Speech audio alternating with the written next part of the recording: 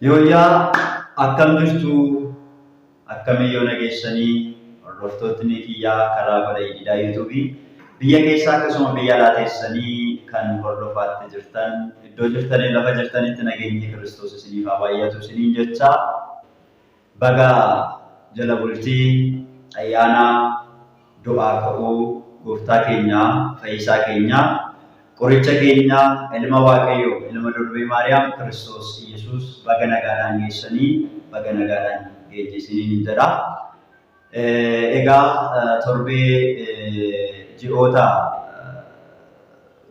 sooma guddaa gooftaa keenya Yesuus Kiristoos yookiin sooma Faasikaa jechaadha. Ji'oota lama yookiin baatii lama lakkoofsisneetiin har'a geenyeetiin jirra jechaadha. Egaa harree akkuma beekamu jala bultiidha. Jala bultii guyyaa yaadannoo du'aa ka'uu gooftaa keenya Yesuus Kiristoosidha. Egaatii baatii lama yookiin immoo ji'a lama lakkoofsisnee akkasuma immoo torbee dhukkubbii imaamaatii kan jedhamu jechaadha. Torbee dhukkubbii, torbee gidiraa. Torbee gooftaan keenya Yesuus Kiristoos gidiraa keenya gidirfame rakkina keenya inni rakkate guyyaa itti torbeen itti yaadannu kan itti goolamnee jirudha jechaadha yookiin guyyaan kun guyyaa xumuraati. Guyyaan irraa kun sanbata duraa yookiin sanbati duraan kun sanbata dhokattee jedhamtees ni waamamti. Sanbata dhokattee sanbata qulqulleettii sanbatni guyyaa irraa kun egaa guyyaa addaati sanbata xiqqaan kun jechaadha. Egaa duuka bu'oonni gooftaa keenya fayyisaa keenya qoricha keenya Yesuus Kiristoos gooftaan keenya fayyisaan keenya Yesuus Kiristoos yeroo inni itti qabamee harka Yihudootaatiin aangoo isaatiin lubbuu isaa dabarsee erga kenneetii Niqoodimoosiidhaatiif Yoosef namni Armaatiyaadha. Foon isaa kabajamaa kana warra Yihuudootaa gaafachuudhaatiin kabajaaf ulfinaan shittoo foolii urgaa qabu dibuudhaatiin boolla awwaalchaa ergisa ta'e jechaadha. Boolli itti awwaalame kan isaaf qophaa'e miti jechaadha. Nama biraatiif kan qophaa'ee jirudha. Boolli suni boolla ergisaatti jechaadha kan inni awwaalame gooftaan keenya.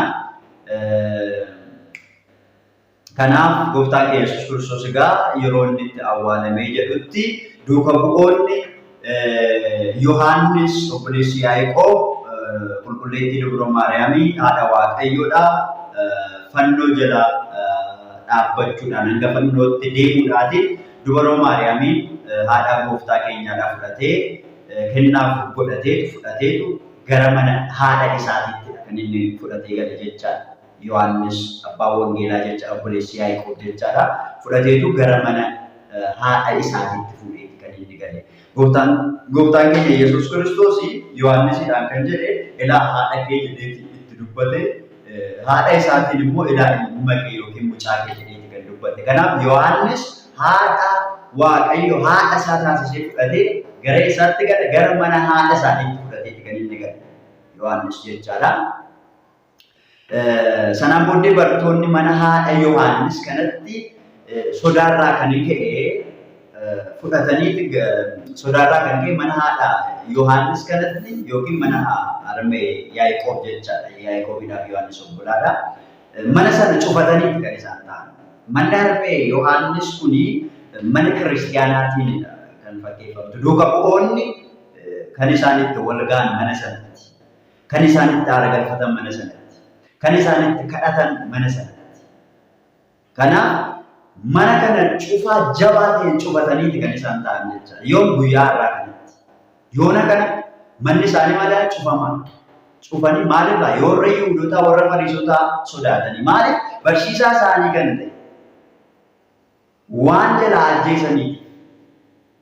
Isa isaan abdatan humna qaba, aangoo qaba, irree qaba jedhanii kan abdatan barsiisaa isaanii waan jalaatii ajjeesanii awwaalanii sodaa kanarraa kan ka'e balbala cufatanii kan isaan ta'an. Jabina isaa argaa turan, irree isaa argaa turan, yeroo inni galaana gubbaa deemu argaa turan kan akka Phexros fa'a. Duuka bu'oonni jechuudha. Yeroo inni galaana gubbaa deemu qilleensi akka isaaf ajajaman lageenni galaanni akka isaaf ajajaman, akka isaaf abboomaman, humna isaa, irree isaa, jabina isaa argaa ture. Kaleessa guyyaa jimaataatti garuu wanti ta'e barsiisaa isaanii kan isaan abdatan warri Yihuudootaa yeroo isaan reeban, yeroo isaan gidirsan argan. Guyyaa irraa kanatti, guyyaa kaleessaatti kan isa awwaalame, awwaala keessadha kan inni jiru jechaadha. Maal isaa foon isaa inni kabajaman. Yeroo akkas jennu hindu'e gaafa jennu hafuuraa miti yookiin waaqummaa isaatiin otoo hin taane maaliif foon isaatiin maal foon nama waan uffate foon sanaa maal ta'eera dhufee gara boolla awwaalchaa deemee jira. Lubbuu isaatiin garuu battala lubbuu foon isaa gargar ba'een gara eessaa deeme? Gara Si'ooliin deeme. Warra du'anii jiran jiraattota taasisuudhaatiif Si'oolii gara gannataatti deebisuudhaatiif gara eessaa deeme? Gara Si'ooliin deeme jechaadha. Lubbuudhaan yookiin waaqummaa isaatiin hojii hojjetaatti jira hinduun. Fooniin garuu dhaqee maal ta'eera? Boqotee jira. Kanaaf yeroo kana warri Yihuudootaa guyyaa sanbata xiqqaa kana eessa jiru jechaadha? Mana harmee Yohaannisitti balbala cufataniiti kan isaan jiran. Fuuldura isaanii garagaa kan jiru maal abdiitu jira? Mana isaan keessa jiran eenyutu jira? Dubroo Maariyaamtu jira. Mana keenya keessas, laphee keenya keessas Dubroo Maariyaam akka isheen jiraattu balbala laphee keenyaa banu olaa galchinu. Gara laphee keenya akka Yohaannis fudhatee gara mana haadha isaatti galu, nutis fudhannee gara mana keenyaatti galuutu nurra jiraata. Haadha taasifachuutu nurra jiraata. Bartoonni yeroo guyyaa irraa kanatti balballi isaanii cufameera. Manni harmee Yohaannis yookiin Yaaqoob balballi isaanii maal ta'e cufaa jabaa ta'e danqaraa cimaadhaan cufanii keessa taa'anii. Namicha keessa garuu eenyu jira? Haadha Waaqayyooti jira. Haadha Waaqaatu jira. Haadha Kiristoos isa dhiiga isaa qulqulluu dhangalaasee foon isaa kabajamaa isa nuuf jecha guutu. Gonfoo qoraatti mataa isaa gubbaa isa kaawwate. Gindillaa cimaa baatee gaara Qaraaniyoo Golgootaa bakka lafeen mataa Addaamitti awwaalametti kan ol lo'e. Shimalaaf alangaadhaan isa garafate.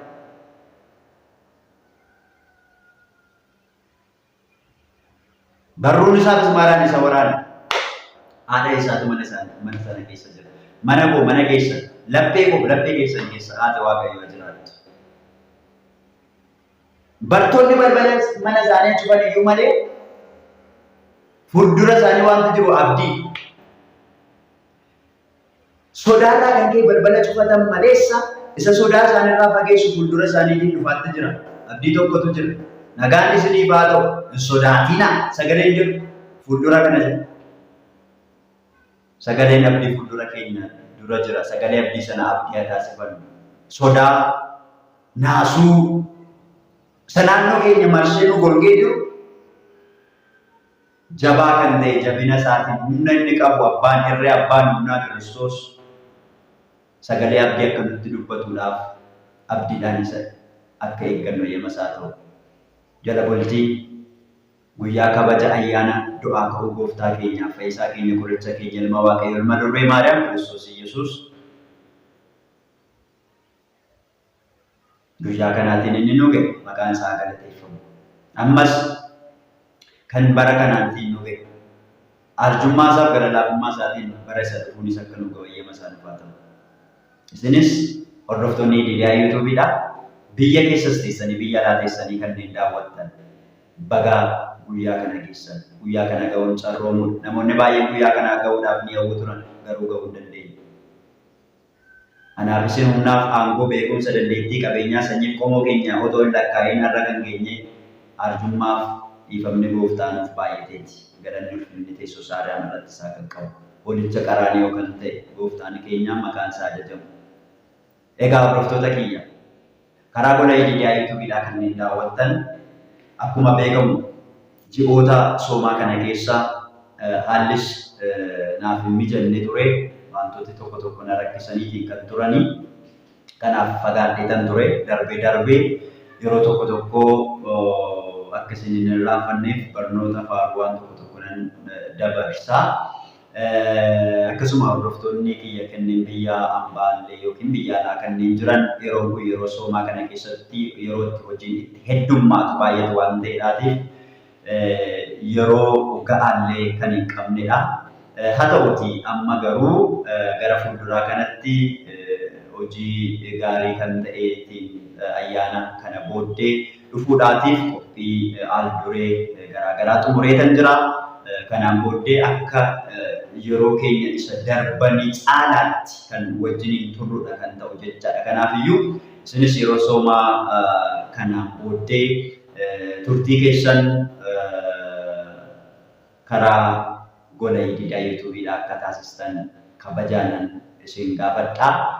Irra deebi'uudhaatiin baga guyyaa du'aa ka'umsa gooftaa keenyaaf Fayyisaa keenya Yesuus Kiristoos guyyaa yaadannoo isaatii nagaadhaan baga geessanii nagaadhaan baga geenyee horaa bulaa deebanaan isiniin jedha. Nagaadhaan tura. Ayyaanni ayyaana gaarii, ayyaana milkii, ayyaana gammachuu isiniif haa ta'u.